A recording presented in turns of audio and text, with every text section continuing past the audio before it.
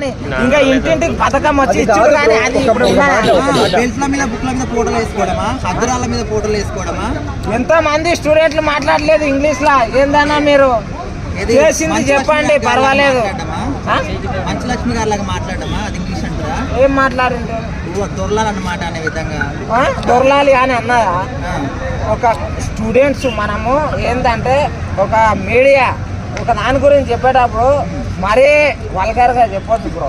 ఏంటంటే చేసిన 10 గొప్ప 20 దాంట్లో ఒక 10 అయినా గొప్ప చేస్తే 10 దాంట్లని మంచిగా చెప్పి తర్వాత దాంట్లోని ప్లస్గా మైనస్గా చూపించండి, పర్లేదు. కానీ చేసిందని చెప్పండి. గొప్ప నాయకుడు 11 సీట్లు ఎందుకు ఇచ్చారు మా జనాలు? ఇప్పుడు ఒకటి చెప్తున్నా, కేసీఆర్ గారు ఉన్నారు.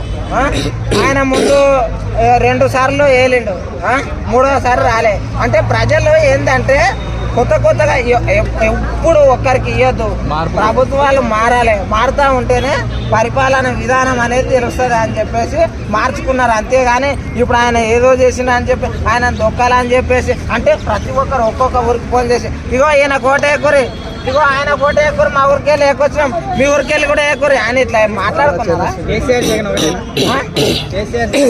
అట్లేం లేదు.